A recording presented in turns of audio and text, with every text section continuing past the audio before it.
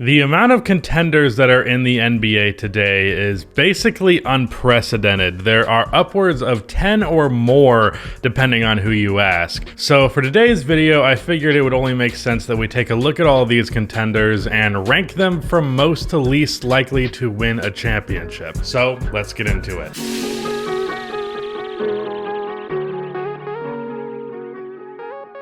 Real quick though, before I do get into today's video, I want to talk about our sponsor, PrizePicks. PrizePicks is the easiest way to play daily fantasy for someone who is new to daily fantasy. I could not be happier with the app's easy layout and experience. It's just you versus the projections. Select 2 to 6 players and pick whether you think they will get more or less of their players' projected stats. Get them all right and you can win up to 25 times your money. Yesterday, my favorite pick was Jakob Poeltl because it was 13.5, and knowing that the Wizards were not strong on the interior and Jakob has averaged 15 since joining the Raptors, I took the more on that and he ended up getting 14 points. And what's great for you is that if you have not played PrizePicks yet, all first-time users that use my code RUSTY will get up to a 100% instant deposit match up to $100. So if you put in $50, you will receive $50 from PrizePicks and so on. So click the link in the description to download PrizePicks and use my code RUSTY to get an instant deposit match up to $100. Thank you to PrizePicks for sponsoring this video. So when it comes to ranking these contenders, we first need to establish how many there actually are. As I mentioned in the intro, and as I've really been harping on all year, there are quite a few of them, but there are gray areas. There are teams that some people would consider contenders and others not. So let's not try to get hung up on that. I've picked 11 teams here that I think could theoretically at least be put in this conversation, so don't argue with me in the comment section about these teams shouldn't even been considered, because at the end of the day, the teams that you think shouldn't have been considered are probably going to be at the bottom of the list anyways. So at number 11, I have the Sacramento Kings. Sacramento's offense is just absurdly deadly, and that alone I think definitely at least somewhat gets them into this conversation. Unfortunately, however, their defense is not it, and that's one of the reasons, on top of a lack of experience, that I'm going to assume ends up being this team's downfall. If you go and look down this roster, there are not a ton of players who have gone deep into postseasons. There are a few, but not a ton, and their primary player, De'Aaron Fox, has literally never even seen the playoffs, or one of their two between him and Sabonis, and I don't think that Sabonis has done much in the playoffs when he's been there. I think that experience is something that people can overrate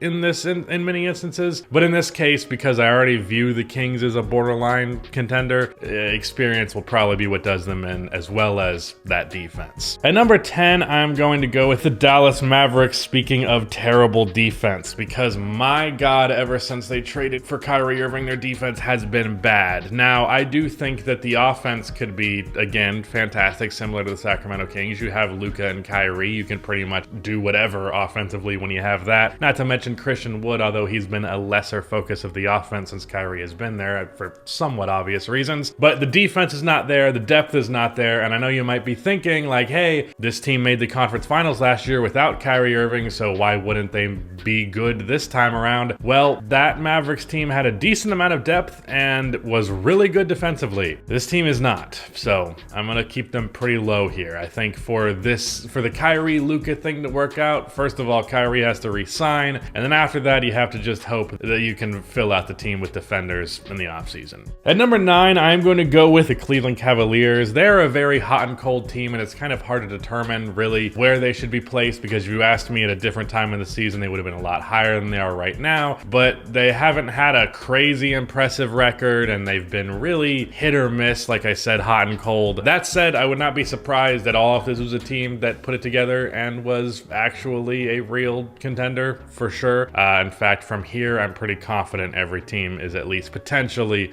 a strong contender. You know, some teams just end up crapping the bed, but we'll see. At number 8, we have the Golden State Warriors. Now, I understand why a team that's like around 500 is a team that you'd be like, are we sure that's a contender? But also, that's just kind of the way the Western Conference is right now, because despite the fact that the Warriors are just around 500, they're also the 5th seed, and Stephen Curry is coming back, and they've managed to keep their head above water. And while I understand the inconsistencies this team has had, I understand the drama they had this offseason with the Draymond Green punching situation, if you remember that. But I do think that we could see this team put it together in the postseason. I realize that they're on shaky ground right now, but I would not be surprised, especially, again, harping on experience, given the experience of this team to just flip a switch and they're all the way back. You know, they did that historically defensively when they had Kevin Durant. Their defensive rating would slip in the regular season, but as soon as it was time for the postseason, the defense was right back to what it always been. So I think this is a team that knows how to get it together really, really fast, and I could see them doing that, especially with Steph coming to close the year. I could see them ending hot and having some good momentum going into the postseason. Number 7, I have the Memphis Grizzlies. Man, there's some things to talk about with the Grizzlies, and I may or may not do that in a later video, but until then, let's just say the chemistry and just everything is a little questionable right now.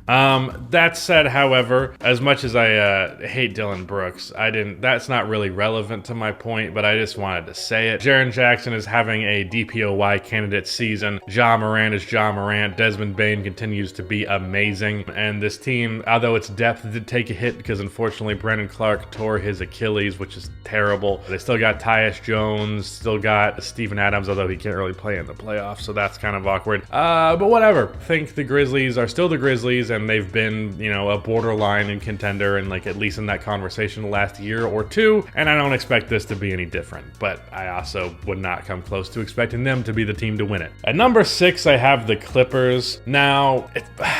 Now's not a good time to be high on the Clippers. If you did not know, they are 0-4 with Russell Westbrook. I do think that is a little bit misleading given how many of those games were close. 2 of them came down to, I believe, less than the 2-point deficit. And also, Russell Westbrook hasn't really been the problem, save for the Warriors game. I think he was the reason they lost that one. But even if Russ does not really work with this team, you can cut him out of the rotation, unlike you really couldn't do that with the Lakers, you know? What I said when this team signed Russell Westbrook was that you get the luxury with him of, because he's on a minimum veteran 1-year contract, you can just take him out of the rotation. You're not paying him $40 million, so there's really no reason to force him to be out there. So if Russ is really not going to work out for the Clippers, they can still go back to being the Clippers of before, and the Clippers of before were not doing great record-wise, but I still believe, again, a team that will just turn it up when the time comes. Not to mention, I'm less critical of teams being that, like, hovering around 500 this year, because given that there are this many great teams in the league, it kind of balances out to where there are not that many opportunities to win 50 games anymore because you're constantly playing really good opponents. But at number 5, we're really getting into a whole different tier here. These next 5 teams are definitively, without a question in my mind, NBA contenders. And at number 5, I do have the Philadelphia 76ers, and honestly, them coming at the bottom of this list has really nothing to do with them. It's not their fault by any capacity. I just feel a little bit better about every other team on this list. There are a couple where I know people would disagree with that. Sixers fans historically don't like me because I historically just don't rank them that high. And then it ends up being accurate for me to have not ranked them that high, and then they get mad at that. But I think the Sixers still have a very strong shot at winning this year's championship. It will really just come down to James Harden and his consistency. If Doc Rivers doesn't single-handedly lose them a series, what you're going to get out of Tobias Harris and Tyrese Maxey, because you don't necessarily know what's going to happen there, and what you can get out of your role players, really, because they are kind of stretched thin and their depth is not amazing. So that's the one area of concern that I would really have strongly for them. James was also really not great in the playoffs last year, so I'm going to have to see it to believe it, really, to see it all fully come together. But the Sixers team also has a perseverance that it hasn't had in the past. There is an energy to this team that I like a lot more than what they had in the past, and this is definitely the best shot they've had at a title since when they had that crazy Jimmy Butler team. At number 4, I think this might actually be the year for the Denver Nuggets. I have been waiting for this team to get healthy for so long. I know so much of the focus has been Nikola Jokic's MVPs the last 2 years, but anytime I would watch the Nuggets, I would just be like, man, I just want to see this team with a healthy Michael Porter Jr. and a healthy Jamal Murray. And now they have that on top of a borderline all-star caliber season from Aaron Gordon, and you put all of that together, and this roster is really freaking good, especially given that their defense has been stepped up significantly. They have been a top 5 defense since the turn of the calendar year. That's the one thing that you would knock them for previously,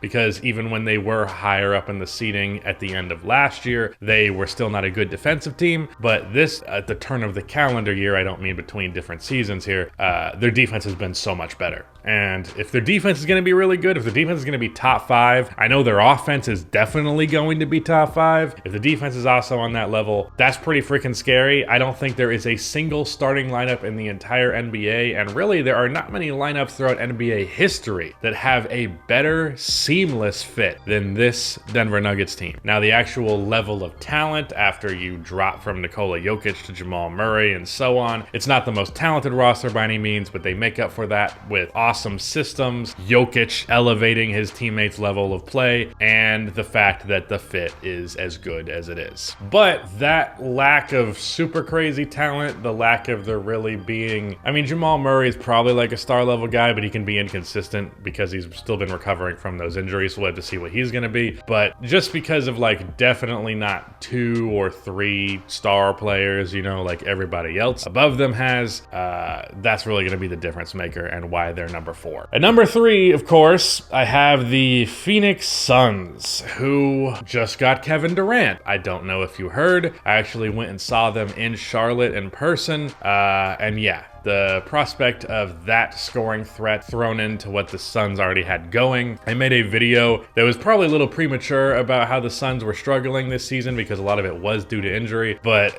there's a great video by Alex Hoops if you want to check that out about why Kevin Durant pretty much solves every problem the Phoenix Suns had previous, and yeah, there's just no other way to put it. And I do think that they have a chance of going deep into the postseason, and honestly, if this team had been together all year, they'd probably be number 1 on my list. But mid-season acquisitions, lack of training camp, really trying to learn a new system really fast, things of that nature, trying to adjust for the Suns players, trying to adjust to having a scoring talent like Kevin Durant on their team. It's going to take some time. Even Kevin Durant's only averaging like 22 points in his 2 games with them because he just hasn't really had the aggressiveness because he's just trying to figure things out. And given how little time there is in the remainder of the season to figure things out, I don't know that the Suns are going to. But it is also Kevin Durant, so I'm leaving the possibility of that happening very much open. And pretty much at 1A and 1B, I have both the Celtics and the Milwaukee Bucks.